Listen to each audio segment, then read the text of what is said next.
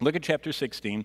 We covered this a little bit last week, but God opens hearts so that they heed his word. And this is the 13th gospel presentation. The Apostle Paul is giving it.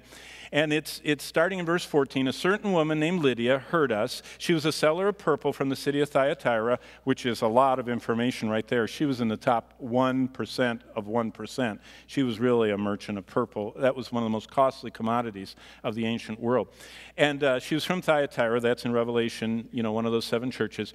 She worshiped God. Now look at this. And the Lord opened her heart to heed the things spoken by Paul. Now you understand, Paul preached, the Lord opened her heart, and she responded. The ones that God is at work in, he opens their heart.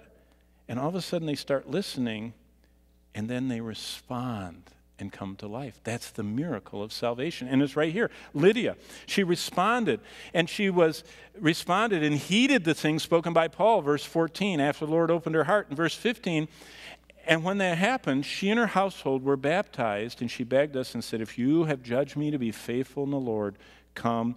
And she persuaded us. When this woman heard the gospel, the Lord opened her heart, and she responded. What happened between there and baptism? What was it Paul told her and her family happened to her? That's fascinating to think about. We need to think about when Lydia believed and others in her family believed, the scriptures say they were baptized. Have you ever wondered what Paul told them about baptism? What did baptism mean to Paul when he administered it? What did Paul tell them happened to them when they got saved? Do you know why that's so important? Because we have a lot of people nowadays that don't seem to be miraculously saved.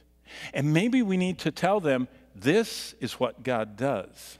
And if you're saved, these things will be present in your life. Yet we have a lot of people that are sitting in their little, and it's not going anywhere. Their Christian life is going nowhere.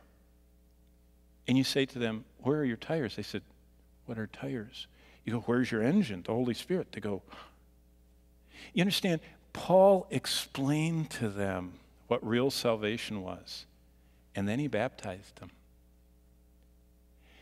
It's a miracle. And if it happens, it takes us from being a little edger sitting in the garage to being opened, filled, energized, and in the hands of God. Doing stuff we could never do. That's salvation.